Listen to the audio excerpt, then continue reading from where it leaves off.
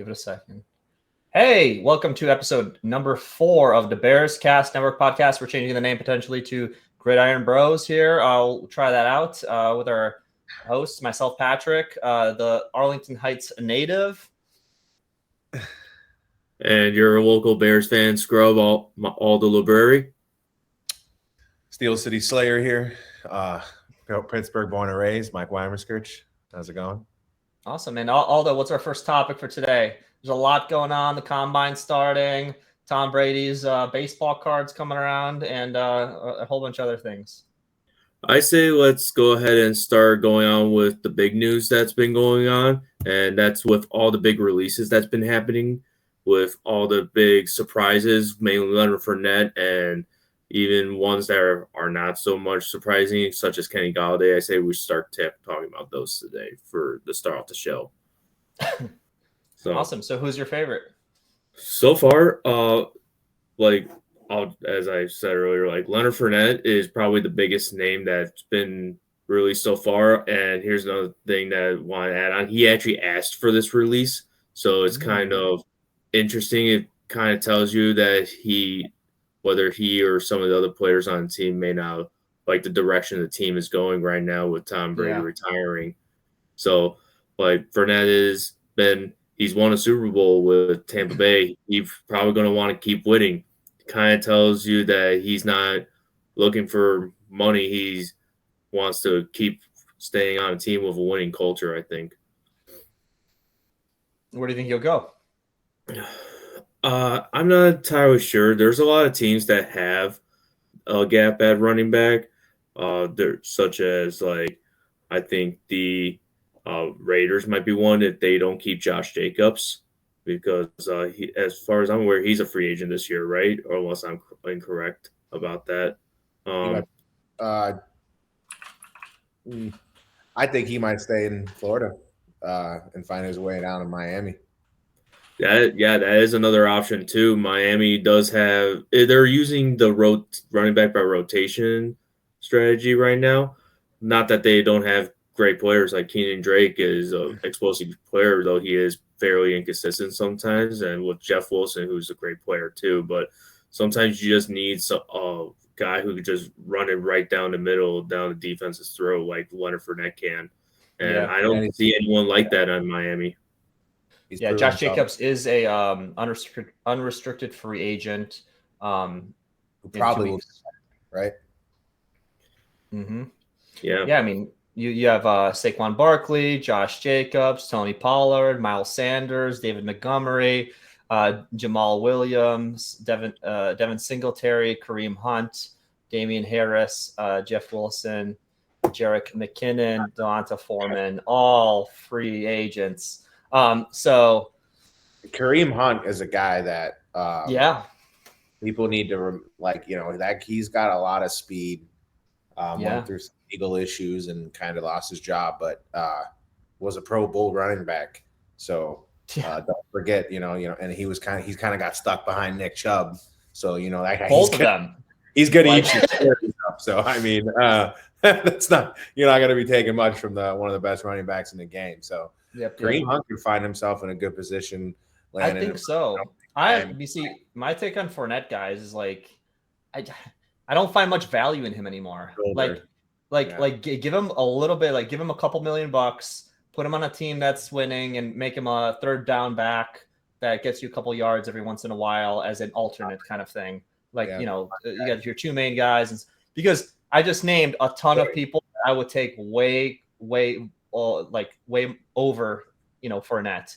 I'd rather for the Bears, a Barkley, a Jacobs, a Montgomery, a Pollard. I think he's a little too overrated personally.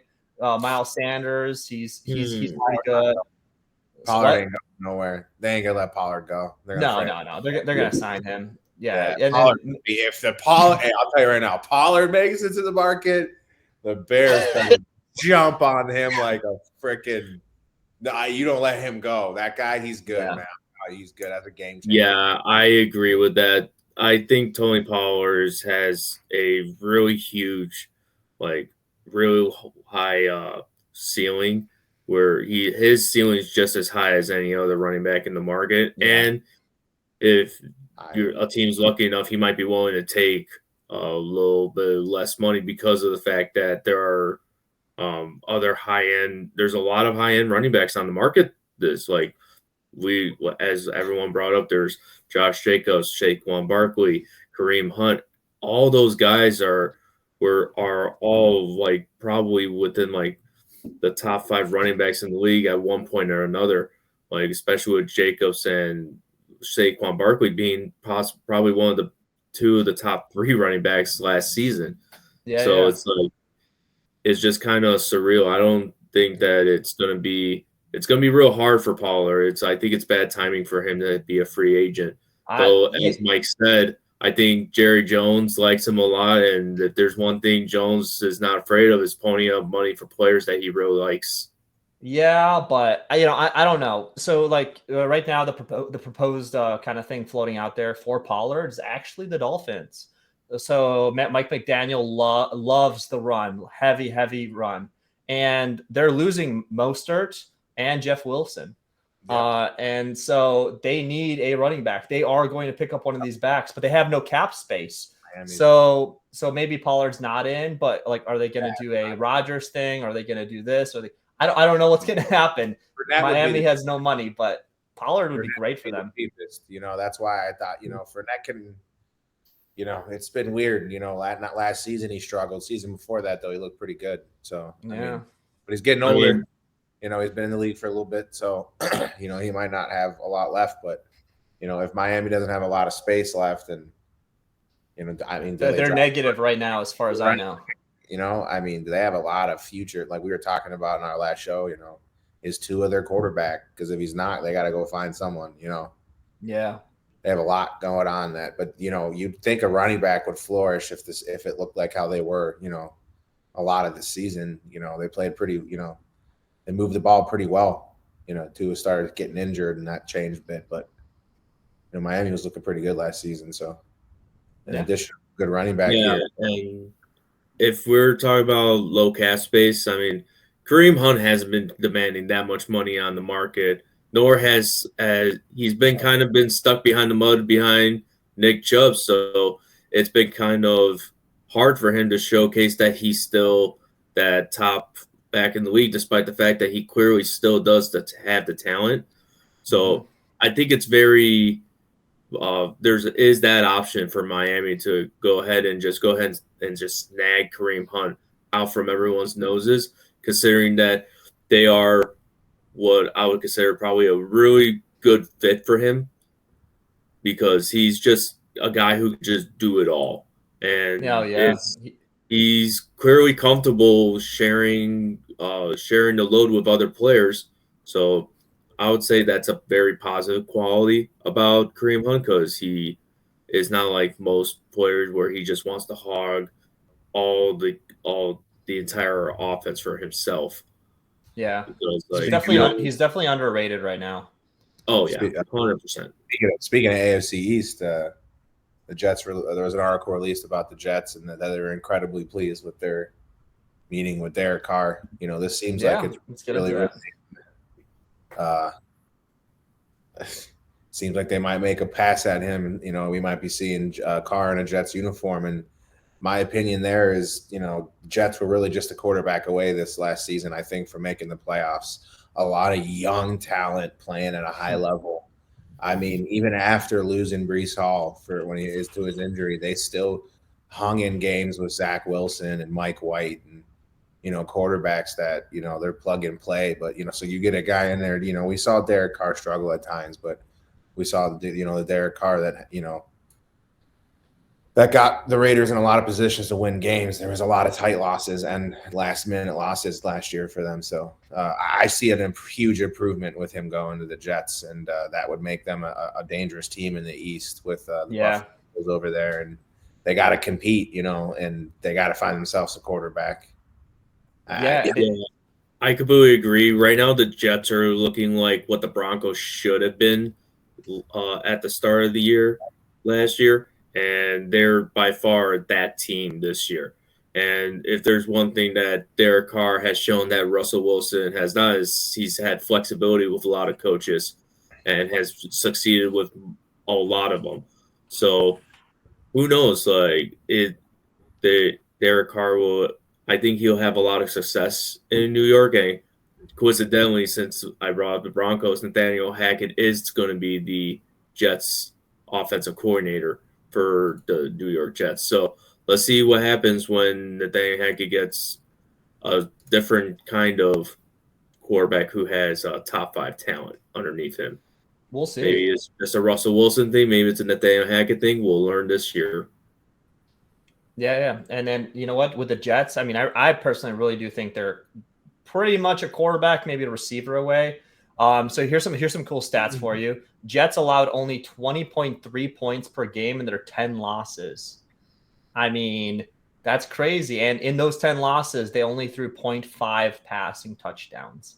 So they're a quarterback away, guys. A quarterback and maybe another receiver. Your defense is good, man. 20 points is a little high. I mean, that's not awful in today's NFL when you're talking, especially in the AFC East. You're going against the Bills twice. The Dolphins were hot for parts of the season last year. So, I mean, 20, dude, you get yourself a quarterback who can get you 3 touchdowns a game, and those 10 losses could be wins. So, maybe. Yeah, it's 100%. I think Robert Saleh is showing that he's a really good head coach. And it's showing with how he's developing a lot of these players. And especially since like Zach Wilson actually had a really good rookie season underneath him. And then he just fell off massively last year. And that's more on a Zach Wilson issue than I think it is on a Robert Saleh issue, especially since he is mostly a defensive coach. Yeah. Good point. Speaking AFC East, Leslie Frazier taking this year off, and Bills are going to be looking for an offensive coordinator yet again this year. Tough. Yeah, that's kind of like, hey, you want to get fired or do you want to step down?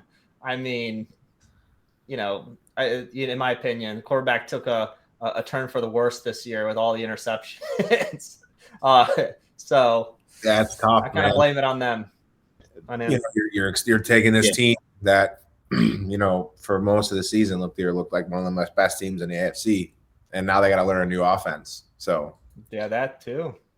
Yeah, I mean, it's hard to replace a guy like Brian Daboll. First of all, like I like Leslie Frazier. I think he's a great coach, but it's kind of hard to follow up with a guy who is just able to just gravitate players like that. And Brian Daboll is clearly shown to be an extremely exceptional coach. And I think it's kind of unfair to Leslie Frazier to expect that kind of high standard for him. But, I mean, when your team starts winning, you start expecting that. So you kind of have to raise the bar. Awesome. Yeah. That's a setback for them. I mean, how big's their window in the NFL? It's like another year or two. You can never. I mean, you never know. Is it New England's window, which was every season? Is it the Chiefs' window, which is every season? 5 straight AFC title berths. What is it? What's their? They gotta figure this out. It's got to be. They got to find someone that's going to keep this job and elevate, Josh Allen and this really talented offense to the next level. I mean, hopefully they can, calm down Diggs and make sure they bring him back and, they do what they can and, to fill some pieces up. But, that defense is definitely not, it's not bad. It's not horrible. They're not, they got some talent in there. They just, that offense was the primary drive of their success last year. And you saw when that offense struggled, what that team looked like. So now you're throwing a new OC. Pray for the Bills. That's a tough division. I mean, it looks like it's getting better. Derek Carr shows up on the Jets, and now you got to, there's that team, that division that looking up and up. So. Yeah. And the only thing worse that could probably happen for the Bills is if the Patriots somehow trade for Lamar Jackson. Patriots might are in the market too. You see the stuff spreading about Mac Jones, and his issues with coaching and blowing up on coaches. It seems like he may have diminished that relationship with his own team. So yeah, they could be in the market for, some of these big name quarterbacks. I could see an Aaron Rodgers going to New England, and that team wouldn't, you give Bill Belichick another Hall of Fame quarterback, and it's going to be wonderful. I mean, I'm all for it. I love when the Patriots are good. It's fun. Put Rodgers on the Patriots. Belichick's a genius, man. He's one of the best in the NFL. So, yeah, Pat, I think you're like the only person outside New England that would enjoy that. So I just love it so much. Well, the Bears end up beating this. Yeah, the Bears end up beating the Pats. So like that's why I'm cool with it. And it's in the AFC or in the NFC. It's okay with me. I'd love to face them in the Super Bowl and beat them. Like that'd be awesome. So I love Tom Brady, right? I think he's awesome, and so I'd love to see Belichick also kind of win another one. But yeah, Josh Allen. I think Josh Allen. I mean, he's compared to what's his name? Brett Favre, Mike Tyson a lot, right? Where he's got the one punch knockout, and if you kind of get him, if you get past that and kind of deflect those punches, you might be able to beat him pretty well. And so that's the problem, because you need more consistency in the playoffs as opposed to those one shots where you can really, really practice defending those. And that's what's been happening, right? And they haven't been able to win. And it's inches and centimeters, and now we're millimeters when we're in the playoffs in the Super Bowl. And that's what's stopping him. I think it's Josh Allen. Although he's amazing, he'd get him there. The finishing power at the highest level, he needs the right coach to get him there. Yeah. I mean, it's hard to overcome to a bad defense, and not that, like I said, not the worst. They're not the best, and they're certainly not the worst. But look at the Super Bowl with the Chiefs and the Eagles. It was a shootout, right? But you got the MVP of the league, and then the runner-up, in the league for MVP, and you got the two of the best quarterbacks in the league who obviously one of them could not overcome the amount of points their defense gave up. So you got to give these quarterbacks, they can't be perfect. And, we've watched Tom Brady do it every year, and people now have this standard of, you got to get it done. But, in this league, you can't always go out there and throw 5 touchdowns every week. And the Bills, they have to score to win these games. So we'll see how this goes with this new hire. Whoever they pick, it better be good. That's all I got. I had something I want to talk about. Steelers drafting a quarterback. I mean, that's out there. No. Hear me out. The Steelers need a backup. All right, is a little bit of a play. Trubisky is the short-term kind of play for this backup, but they're going to probably want to draft a quarterback. Basically, you got a new GM, very excited. First day of the combine, free agency's happening. And so the quarterback has been thrown around as a backup, as someone they might be drafting. Some concerns out there is like, will the hot streak of receivers continue now? New GM? I don't know. So what do you think of Omar Khan? No, I mean, I have a total faith in Steelers management and the corporate office, man. They've always had the right people in the right positions. And we don't know how that feels over here at the Bears. Yeah, that's a foreign concept for us. What are you talking about? There is some, there's some picks here and there that don't work out, like Bush and stuff. But normally when Pittsburgh gets their eye on someone, our scouting teams, man, they know who they want, man. We produce. So, I don't see them going for a quarterback. They got to beef up that defense. The offensive line came together amazing last year. Most of those guys didn't even miss a game.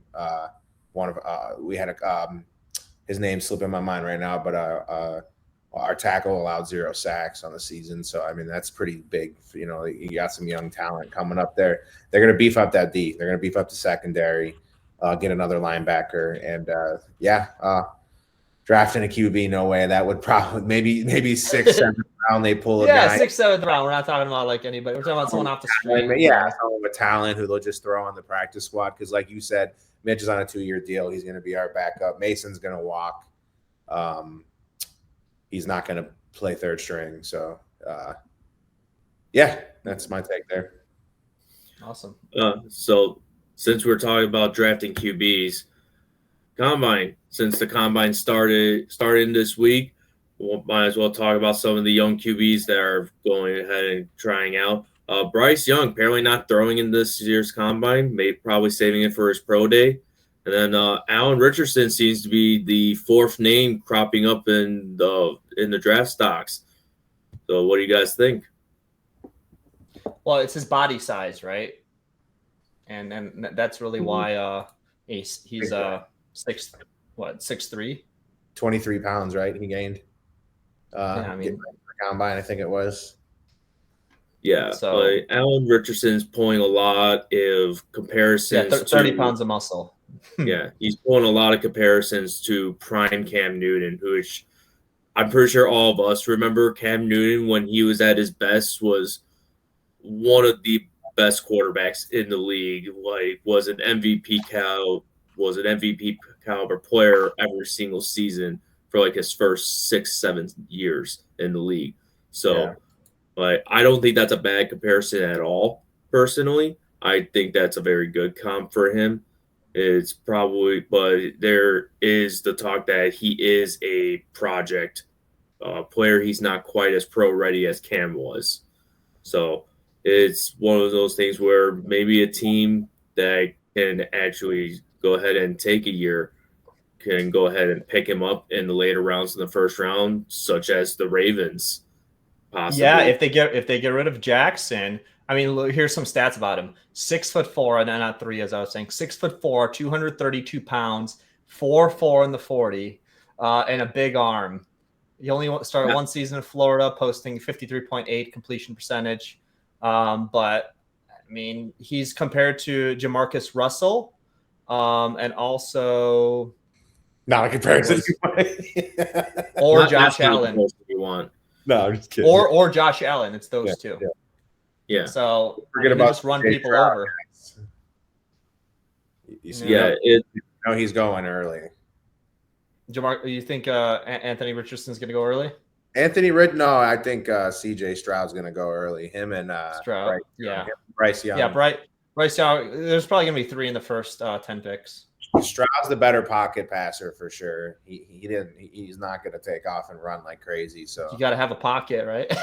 And I can see the Colts looking for that kind of guy. So I think he's I really think the Bears and the Colts are going to strike that deal, and you're going to see. I hate when the Colts have a quarterback that's really, really good from the pocket and is very smart. It's like the worst thing ever. I hate it.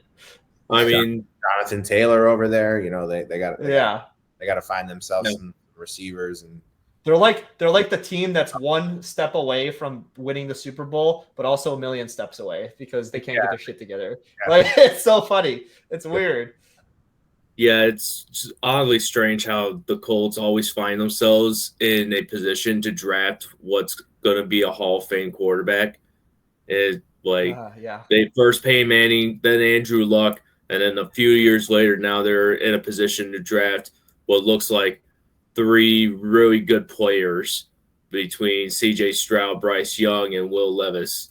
What a year to suck to have be able to get yourself one of these nice guys. This might be one of the 2004 drafts where you see a Big Ben, Eli Manning, and a Phillip Rivers come out of it. So yeah, I mean, who knows? Like, all these players are really so far. Like, Bryce Young's leading the pack. But there's been a lot of talk over the last year that any of these players between the 3 could be the number 1 overall pick. So who knows? Like, maybe the Colts do trade up with the Bears to go ahead and grab Bryce Young, or even they grab C.J. Stroud. And then another thing I want to point out is maybe the Colts and the Texans are both eyeing the same player. You know, you don't want your division rival getting the quarterback that you want. So who knows what the Texans will pay just to keep Indianapolis from getting the player they want, you know? Yeah. As they said, the Bears are controlling this free agency and draft fully. Oh, yeah. Bears 100% control of everything right now. We just can't, you can't just take these 8 draft picks and have all busts at it. You know, man, you got to find guys here, man. Like, and you got to plan for draft picks for next year too, right? Would you imagine we get like 8 first-round picks? You guys usually great defenders. You guys, you're like you're Pittsburgh there. We bring receivers around. You guys always bring defenders out. Oh yeah. They always end up being real good. So it's just offensively, it's scary usually. So we've had some like Knox back in the day. I thought he was amazing. Muhammad starting to look really good, man. Muhammad was really good. What, 2008 or 9? I remember playing Mike in Madden, and I would just do the cheap thing, just throw the Muhammad every time and get these stupid catches. I didn't even know how to play Madden at the time, and it was funny. That's what I would always do. So they had some players. That reminded me when me and you played Madden the one time, Mike, and we had to do a whole redraft of players, and we coincidentally picked the Buffalo Bills, smashed the entire season, and lost only one game because Phil Rivers kept on throwing it at Devin Hester 20 times a game. Devin Hester had like 400 yards that game. Jesus Christ. Oh, meanwhile, every other team was averaging like -5 points against us. It was insane. It was a fun match. Yeah. Yeah. By the way, none of you could ever beat me because there's only one man that I know that's ever beaten me in Madden. That's my brother. Yeah, I'm not good at FIFA. I'll take you on FIFA any day, but Madden, I mean, Madden's my game. Yeah, you got it. All right. What's next, Aldo? All right. So next up is Tom's funny business. His tryout for stand-up comedy. What do you guys think? You think Tom Brady will go ahead and make it big? And what's arguably the hardest? He sounds bored already, man. Yeah. He's gonna have these 50-plus-year-old like white women from Middle America like dropping their panties and laughing at whatever he says. He's gonna hit it really good. State arena, and he won't even tell a joke. Yeah, he's like, hey, yeah. There you go. Sell out the crowd. It'll be great. Just be doing a Fozzie impression the entire time. There's a lot of different stuff coming out about Tom Brady. Also, apparently, there's going to be like a card release back in 95 when he was drafted to the Montreal Expos. Apparently, they're going to be releasing some cards, and they're going to be autographed and stuff like that. So he sounds like he's doing a lot of different things right now. So my friends were at it was called Gov Expo or something like that. And I don't know if you guys know Grant Cardone is, but it was like this big expo or whatever for like businesses and things like that. And Tom Brady made an appearance last week there. So Marky Mark was there too, and a bunch of other people. But he's doing like business stuff. He's doing this. He's doing that. Yeah, he's having fun, I think. Man, I still think he's gonna play football, man. I don't think he can. Brady, I don't think he can leave his legacy the way that last season went. How about this? He buys Miami at some point, gets Belichick to come to Miami. He becomes the GM and head coach, and then they become Madden. Just had Bill Belichick as his defensive coordinator. Yeah. Just brings back Josh McDaniels from the Raiders to be his offensive coordinator. Dude, it'd be awesome. Maybe it's because I have PTSD from last year, man. But now he doesn't. He even with all the external pressure, he still came out of retirement last year. He's not going to have any of that.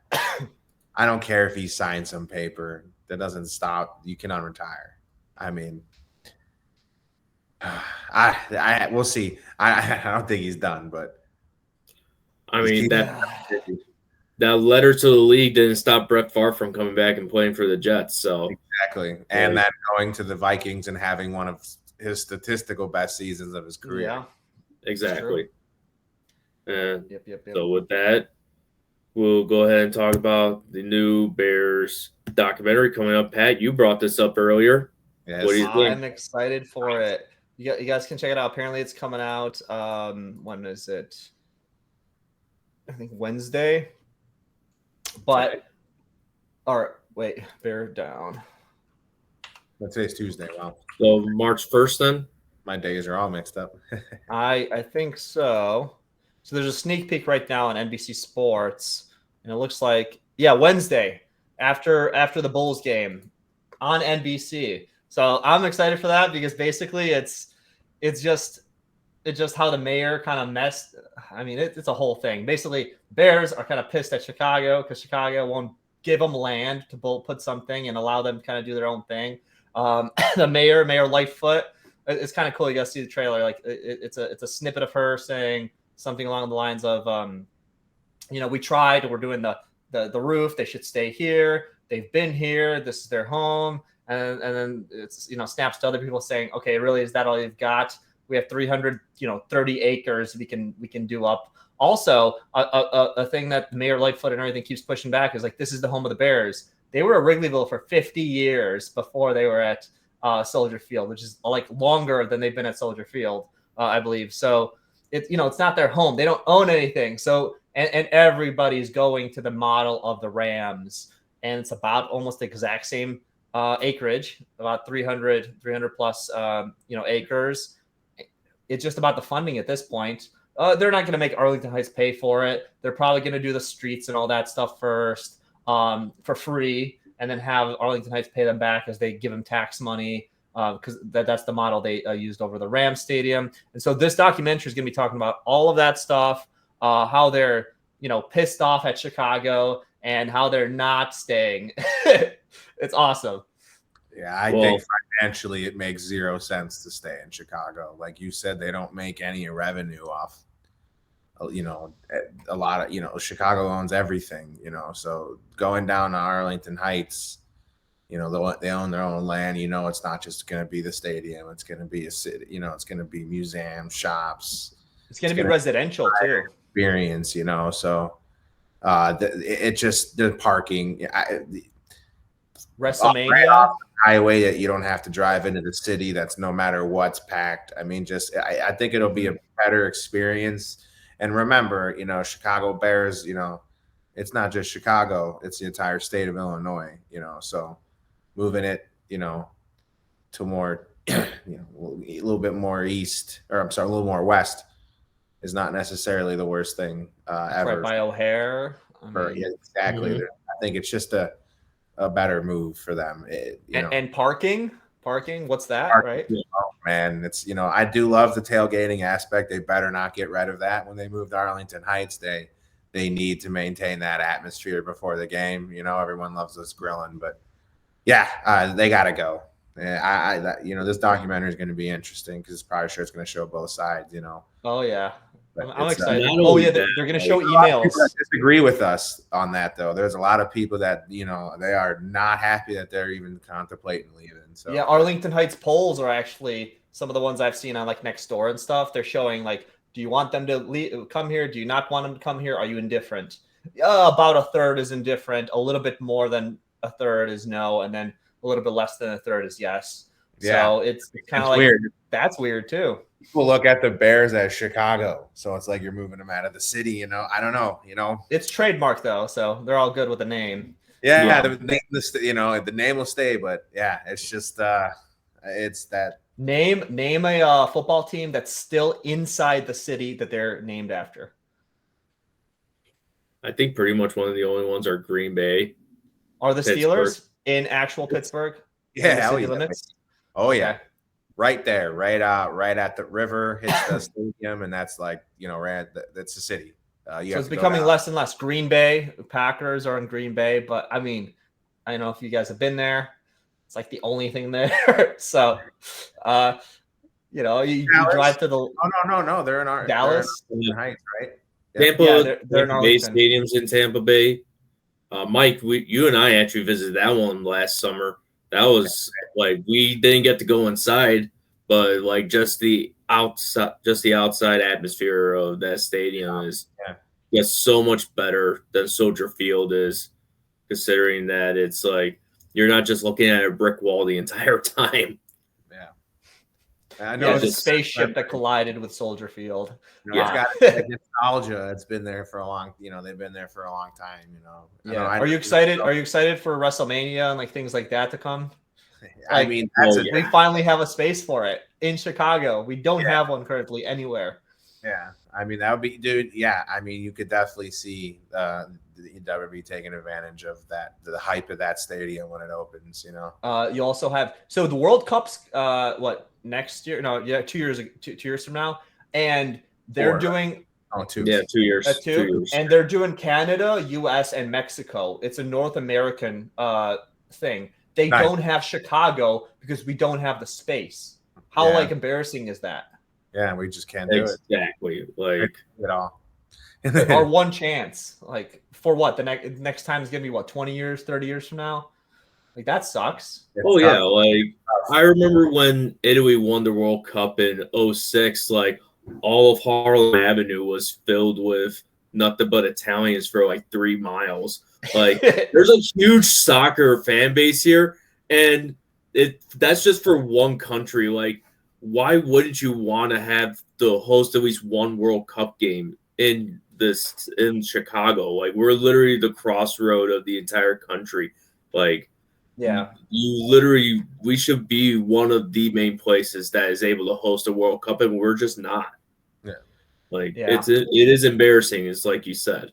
And it's not like so most World Cups, like you got to build out all the stadiums in the city and all that. That's not worth it. That I would say like turn down. But the way they did this one is each city gets to use one of their stadiums to use as a stadium for the World Cup. So you don't have to build anything new necessarily. And we just don't have anything to provide. Kansas City is one of the locations. Come on.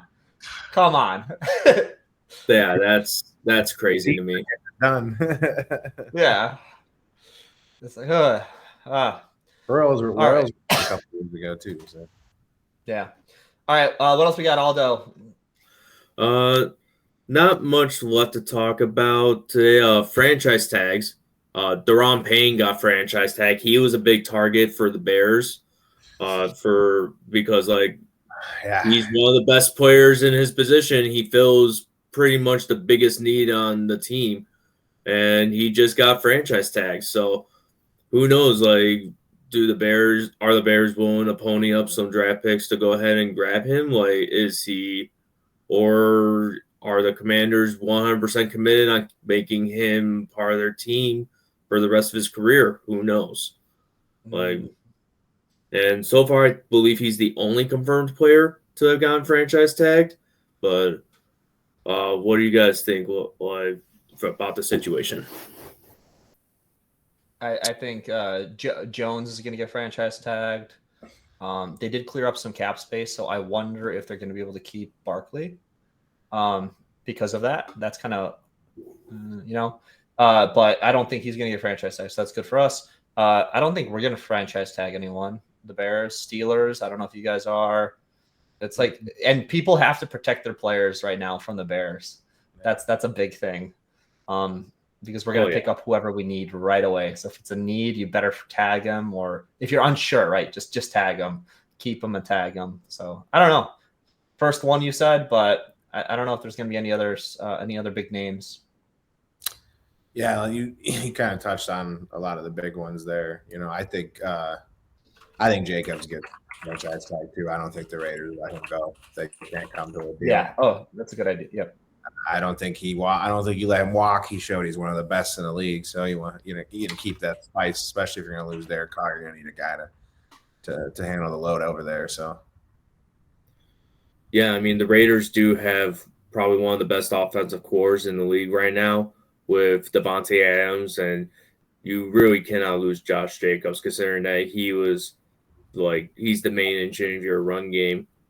He was the best runner in the league last year, and it's just I think it would be crazy to let him walk. Yeah, of course, there's the old adage of you can't pay running backs anymore, but I mean, do you really want to take that chance with a guy who has no injury history? I mean, the Titans paid Derek Carr, and he's still playing at the top of his game right now. Yeah. Henry. How about Lamar Jackson getting franchise tagged? That's an option. Dude, him not showing up to that. Yeah, man. I think he ended it. He severed ties not showing up to their last game. I think so too. He had no reason to not be there. He just wasn't there. That kind of probably told the story, Probably. I don't think they're gonna bring him back. So they're in a Pollard franchise tag. Yes, they're in a tough choice in my opinion because Elliott already came out and said he'd take less money to stay. Yeah, gamble on letting Elliott carry the realm and let Pollard go to beef up what you need to on offense. Maybe you go and draft a young running back. I mean, I'm not sure what we don't he's the cheaper option, so you could tag Pollard there. So they're gonna have to make a decision on who they want carrying the ball this season, though. So yeah, and then Yannick Ngakoue. I don't know if I'm saying that right. Off the Colts, he's averaged 8 sacks every year since 2016. Yeah, we need someone like that. The Bears do, and they might franchise tag him to kind of keep him as part of a deal potentially with us. Yeah, you could see that. Yeah. I mean, you bring that up. It is an option for a lot of teams to go ahead and franchise tag a player that's going to be a free agent and just package them up with the deal to try to entice the Bears to take less draft picks. And for cheaper, right? Because does a franchise tag like carry over? Or does the price carry over? Or is like a new deal struck typically? The franchise tag is, correct me if I'm wrong, it's usually set to the top 5. It's the average of the top 5 salaries of your position. So there's everyone, so everyone who gets salary, who gets the franchise tag, pretty much makes the same salary across that position. So does that carry over? At least the only exception is if a player gets franchise tagged the next year, in which case it gets bumped up 20%, I believe. I gotcha. Josh Jacobs, another potential franchise tag from what I'm looking at. Daniel Jones, we touched on. Geno Smith, franchise tag. Let's figure out if he's for real. I mean, he is, but let's figure it out some more. He deserves it. Pete Carroll loved him. He loved it. I mean, $35 million is the number for a franchise tag. So I think Geno would be happy with that. Seattle have to gamble on a contract. They could possibly tag him and be like, all right, let's see if this comeback turns into a consistent play out of him. And, I mean, he had a great season last year. So, did he have a Nick Foles season or was it like legit? You know what I mean? Yeah, exactly. Was this Smith just balling out as the best he can and what he had left? Or is this Geno Smith going to be consistent? The future. Yeah. Not only that, we can't discount the possibility of Seattle both franchise tagging Geno Smith and drafting one of these QBs at the number 5 pick. They do hold that would be smart. They do hold Denver's pick, which is at the top 5 of that position. Yeah, that's like or just say, hey, Geno, it's teach the young guy. That's what you have. That's what's left. Yeah, I mean. From the interviews I've heard, Geno Smith has been humbled a lot from his tenure in the NFL, so I highly doubt that would be an issue for them. Yeah. All right. I think we talked a lot today, and bear down. This is great. Great that we're keeping consistent. And 4th episode in the books. All right. See you guys later, and we'll come up with a name. Bye. Have a good day, everybody.